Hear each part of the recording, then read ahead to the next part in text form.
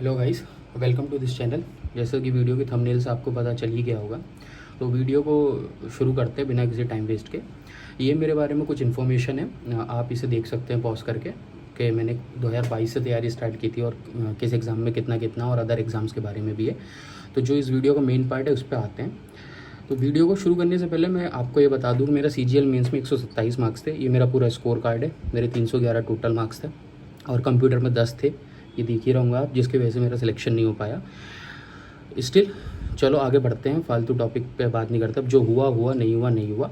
मैं बस ये बोलना चाहूँगा कि इसको आप अच्छे से वीडियो को पूरी देखना और आपको समझ में आए। जो टेक ओवर लेना, नहीं लगे तो मत लेना, कोई दिक्कत नहीं है। ज़्यादा लंबी मैं वीडियो करूँगा नहीं। तो SSC की इंग्लिश 3 पार्ट में डिवाइड होती है। पहली रीडिंग कॉम्प्रिहेंशन में, जो कि मोस्ट इंपॉर्टेंट पार्ट होता है। दूसरी वोकैब में भी synonyms, antonyms, idioms, phrases, verb substitution. तीसरा ग्रामर पोर्ट। तो मैं तीनों पार्टों के बारे में बताऊँगा पार्ट बाय पार्ट, और उसके सोर्सेज के साथ शॉर्टेस्ट टाइम में आप कैसे कवर कर सकते हैं मैं ये बताऊँगा। तो सबसे पहले अगर मैं पार्ट पे स्टार्ट करता हूँ रीडिंग कॉम्प्रिहेंशन पे। Reading comprehension most important part है। बहुत लोग इसको स्किप करते हैं और ग्रामर पे चले जाते हैं एकदम, जबकि ये बहुत ही मेन पार्ट होता है SSC की इंग्लिश के लिए, क्योंकि इसी से बहुत के जो एरर्स होते हैं वो अपने आप ही बन जाते हैं अगर आपका रीडिंग स्ट्रॉन्ग है। रीडिंग स्ट्रॉन्ग करने के लिए कैसे करना है आपको? सिंपल है भाई, ज़्यादा कुछ नहीं करना। पूरा न्यूज़पेपर पढ़ो। बच्चे क्या करते हैं या हम लोग क्या करते हैं, मैं भी क्या करता था, मैं एडिटोरियल पढ़ता था। सिर्फ एडिटोरियल पढ़ा और आगे बढ़ा। इंग्लिश माध्यम का या कुछ का, वो एडिटोरियल अच्छे होते हैं, एक्सरसाइज अच्छे होते हैं, नो डाउट, मैं किसी को डिमीन नहीं कर रहा। बट अब पूरा न्यूज़पेपर पढ़ो। पूरा न्यूज़पेपर पढ़ने का फ़ायदा क्या है? रिटेंशन पावर ब्रेन की इंक्रीज़ होती है। रिटेंशन पावर से मेरा मतलब क्या है कि जैसे सपोज आपने आज न्यूज़पेपर उठाया, उसमें कहीं की न्यूज़ है, तमिलनाडु की या इंटरनेशनल न्यूज़ है, फिर वो न्यूज़ 2-3 दिन चलती है कि उसमें अब क्या हुआ, कल क्या हुआ, परसों क्या हुआ। तो हमारा दिमाग क्या करता है, उसको रिटेन करके रखता है कि अच्छा हमने परसों पढ़ा था कि यहाँ तक चीज़ें हो गई थी, अब इससे आगे ये चीज़ करी। जैसे इंटरनेशनल ट्रंप की न्यूज़ चल रही है आजकल, जो वॉर की चल रही है, तो दिमाग क्या करता है, 2-3 दिन तक वो इन्फॉर्मेशन होल्ड करता है। उससे दिमाग की रिटेंशन पावर बढ़ती है। नो डाउट वोकेबलरी तो आपकी बढ़ ही रही है आप अगर डेली न्यूज़पेपर पढ़ रहे हो तो, लेकिन उसके साथ साथ आपकी कर रिटेंशन पावर भी बढ़ रही है कि दिमाग की होल्ड करने की कैपेसिटी। इसका बेनिफिट क्या होता है? इसका बेनिफिट ये होगा कि पैसेज पढ़ने के बाद आप भूलोगे नहीं। जैसे आपने पूरा पैसेज पढ़ा, आप भूल जाते हो, या फिर अच्छे से समझ आएगा एक ही बार में, टाइम कम लगेगा पढ़ने में और बार बार पढ़ना नहीं पड़ेगा आपको पैसेज।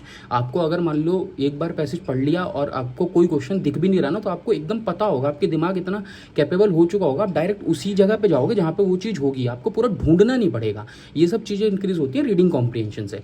और रीडिंग कॉम्प्रिहेंशन के लिए आपको ये मस्ट है करना, या तो पूरा न्यूज़पेपर पढ़ो, पूरा, सिर्फ एडिटोरियल नहीं, सिर्फ पूरा न्यूज़पेपर पढ़ो, और एडिटोरियल वाला पोर्शन इंग्लिश माध्यम से चाहो तो आप प्रैक्टिस कर लो।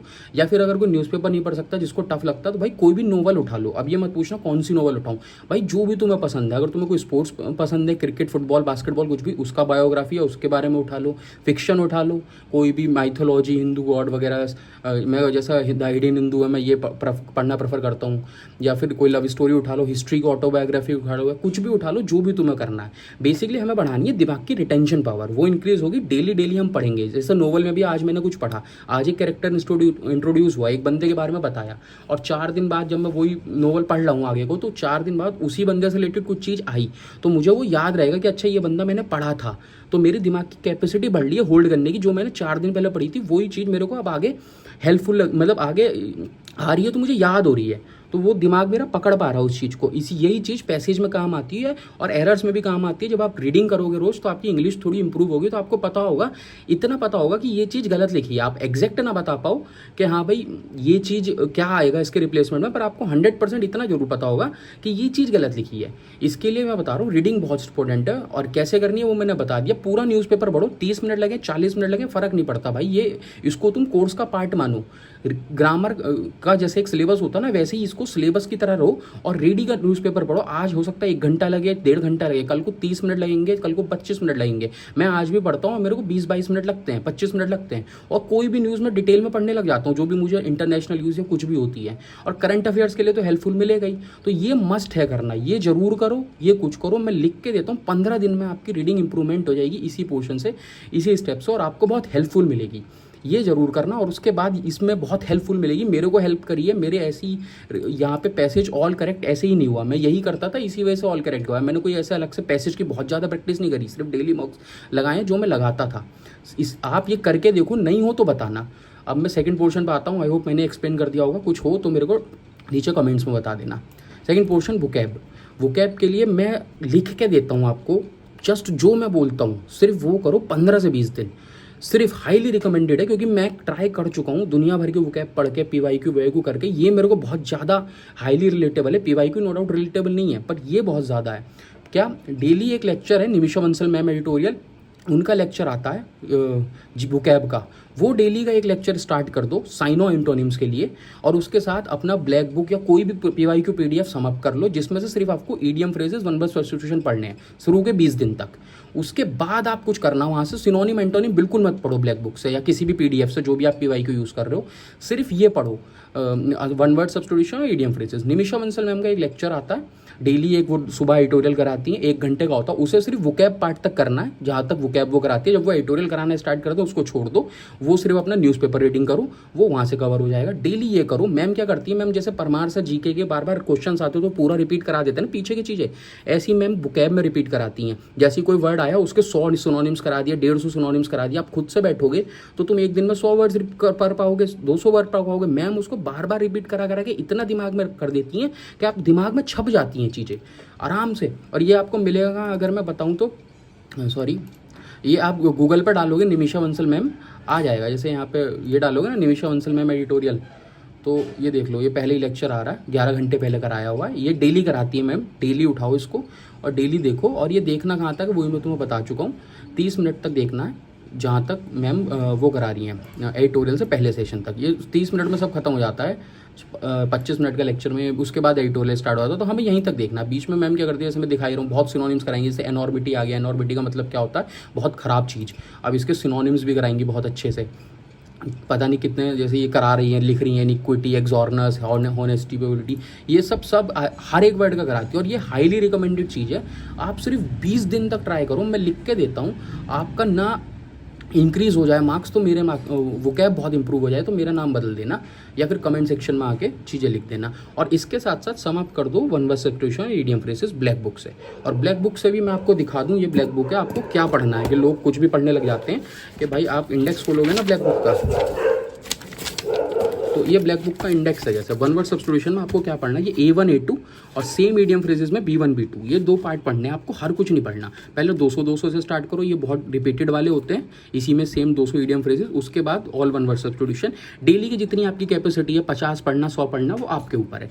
ये स्टार्ट करना है A1 A2 पोर्शन, इसी में B1 B2 पोर्शन। उसके बाद करना है ये B8 फ्रेजल वर्ब्स वाला। जब ये दोनों बहुत आधे आधे कंप्लीट हो जाए तब इसमें आ जाना। मैम भी कराती हैं ये वन वर्ड सब्स्टिट्यूशन, ये सब चीज़, पर वो बहुत ज़्यादा नहीं कराती, 5-5 10-10 कराती थी। इसलिए मैं बोल रहा हूँ वन वर्ड सब्स्टिट्यूशन और ईडियम फ्रेजेस इससे करो, ये सिर्फ करो। और वोकैब सिनोनिम्स का पोर्शन आप 10 दिन करके देखो मैम का लेक्चर, आप उसके बाद खुद कहोगे कि हाँ भाई इंप्रूवमेंट है, मैंने किया है, मुझे इंप्रूवमेंट हुई है। मैं वही रिकमेंड कर रहा हूँ जो चीज़ मेरे को हेल्प करी है। और 21 दिन के बाद फिर कोई भी PYQ बुक उठाना और सिनोनिम एंटोम्स के क्वेश्चन सॉल्व करके देखना, आपके 99% क्वेश्चन सॉल्व हो जाएंगे। मैं लिख के दे सकता हूँ, मेरे भी हुए हैं, मैं यही करता हूँ। ये मेरा वोकैब का पार्ट था।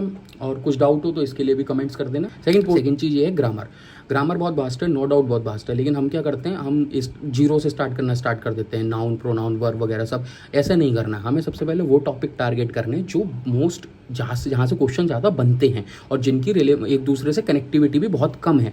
फॉर एग्जाम्पल, सबसे पहले अगर कोई बिगिनर ही है बिल्कुल, तो पार्ट्स ऑफ स्पीच करो।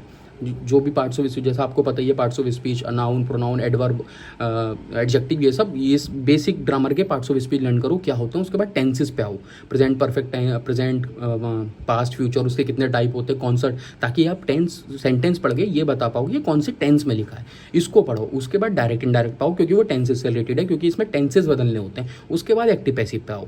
ये सिर्फ ये इतना पोर्शन आपको ग्रामर में और वोकैब जो मैंने बताई है वो सब कवर करके आप 35+ मार्क्स ला सकते हो प्री में बड़े आराम से। क्योंकि जो ग्रामर का एरर पार्ट है या स्पॉटिंग एरर है जिसके पीछे हम सब भागते हैं ना, वो प्री का आप टॉप पेपर उठा के देख लेना, 25 में से मुश्किल से 3 क्वेश्चन या 4 क्वेश्चन आते हैं। मेंस में हद से 5 क्वेश्चन, इससे ज़्यादा नहीं आते। मेन पार्ट ये कवर करता है। ये 2 क्वेश्चन तो डायरेक्ट इनडायरेक्ट आएंगे, 2 एक्टिव पैसिव्स आएंगे, ये सब चीज़ें कवर करता है। और जो एरर स्पॉटिंग वगैरह होते हैं वो रीडिंग कॉम्प्रिहेंशन से भी सॉल्व हो जाते हैं। इसलिए मैं बोल रहा हूँ पहले ये टॉपिक लर्न करो और इसी क्रोनोलॉजी में लर्न करने हैं। पहले पार्ट्स ऑफ स्पीच, फिर टेंसेस, फिर डायरेक्ट इनडायरेक्ट, फिर एक्टिव पैसिव। और कहाँ से करने, अमन वशिष्ठ सर की प्लेलिस्ट है या रानी मैम की प्लेलिस्ट है, ये भी मैं दिखा देता हूँ अगर आपको डाउट हो तो। इसमें सभी जानते होंगे इसमें क्या बताना, अमन वशिष्ठ सर इंग्लिश, ये डालोगे आप, ये आ गया इंग्लिश कंप्लीट कोर्स, ये पहले ही आ गया इंग्लिश बाय अमन बसिस्टर, आप ऊपर ही डालोगे ना पहले ही कंप्लीट आ गया फ्री कोर्स। इसी प्लेलिस्ट में पूरा सब कुछ लिखा हुआ है, आप इसे पढ़ सकते हो, यहाँ से देख सकते हो। बेसिक से भी है, रिलेटिव प्रोनाउन इंग्लिश कंप्लीट। इसी प्लेलिस्ट कहाँ से मिलेगी, अच्छा ये प्लेलिस्ट ये चाहिए रहा, 53 वीडियोज़ हैं। आप इस प्लेलिस्ट को देखोगे तो ये आ गया। इसी से आपको क्या करना है, यहीं से पार्ट्स ऑफ स्पीच वगैरह पढ़ना, और उसके बाद आपको पढ़ना है टेंसेस पूरी प्लेलिस्ट है, इसमें मिल जाएंगे। जैसे नरेशन आ गया, वॉइसेस आ गया, कंडीशनल डायमांस। इससे पहले सर ने टेंसेस कराए होंगे कहीं पे, ये रहे देखो, ये रहे टेंस कंप्लीट। ये 2 लेक्चर्स हैं, एक टेंस कंप्लीट और ये 2। पहले ये पढ़ने, उसके बाद आप ये आ जाएंगे नरेशंस पे, ये वॉइसेस और ऊपर नरेशन होगा कहीं, वॉइस नरेशन, हाँ ये रहा नरेशन एंड वॉइसेस, ये पढ़ना। ये 4-5 टॉपिक ही बहुत अच्छे मार्क्स दे जाते हैं, आप इन्हें करो पहले, बाकी ग्रामर बाद में करना। और बाकी ग्रामर भी कहाँ से करनी है, बाकी ग्रामर करनी है उसके बाद आपको मॉक्स पर जाना है। पहले इतना सब कुछ करके आपको मॉक्स पर जाना है, उसके बाद आपको करनी है बाकी ग्रामर। और बाकी ग्रामर कहाँ से करनी है, बाकी ग्रामर करनी है आपको यहाँ से। जैसे निमिषा बंसल मैम के 120 रूल्स की प्लेलिस्ट मिल जाएगी आपको ऑनलाइन, आप सर्च करोगे तो यूट्यूब पे ही उन्होंने करा रखी है। अमन सर की 100 रूल्स करके रिसेंट कराई थी उन्होंने 2024 में, आई गैस 25 में ही आई गैस, वहाँ से कंप्लीट कर सकते हो। रानी मैम की 60 रूल्स करके, जिस भी टीचर से आपको कनेक्टिविटी फील होती है, जिस भी टीचर से आपको समझ में आता उससे कनेक्ट करो। टीचर सारे अच्छे हैं, सब बढ़िया पढ़ाते हैं। फोमो में मत आओ कि भाई इधर इनकी बुक कर लूँ, उनकी बुक कर लूँ, इनका कुछ कर लूँ। प्रैक्टिस के लिए PYQ उठाओ, टीचर सारे बढ़िया हैं। निमिषा बंसल मैम के 120 रूल्स, पहले ये मत करने लग जाना कि मैं रूल्स ही स्टार्ट करूँ, पहले ये पोर्शन कवर करो। ये मैक्सिमम वेटेज देता है, इसी पोर्शन से आप 10-12 नंबर गेन कर सकते हो ग्रामर पोर्शन में। डायरेक्ट इनडायरेक्ट हर पेपर में 2 आते हैं, नेगेटिव पैसिव हर पेपर में 2 आते हैं, 8 नंबर यही हो गए हैं। उसके बाद वोकैब हर पेपर में आती है ये, और रीडिंग कॉम्प्रिहेंशन, इन 3 पार्ट्स आप 35+ नंबर इंक्रीज कर सकते हो आराम से। तो ये मैं ओवरऑल बता चुका आपको। ग्रामर कहाँ से करनी है, कुछ कमेंट हो तो बता देना। और भाई ये एक बार फिर से देखना चाहो तो देख लो। और मैं जेन्युइनली बता रहा हूँ, मैं कोई पागल नहीं बना रहा, यहाँ कोई व्यूज़ के लिए आ रहा है। मेरा बहुत टाइम वेस्ट हुआ भाई, 2022 से तैयारी कर रहा हूँ, 1.5 साल तो मुझे सोर्सेज ढूंढने में लगे। फिर किसी ने टाइम पे बताया नहीं कि भाई मॉक्स भी देने स्टार्ट कर सकते हैं, तो आप देख सकते हो 2023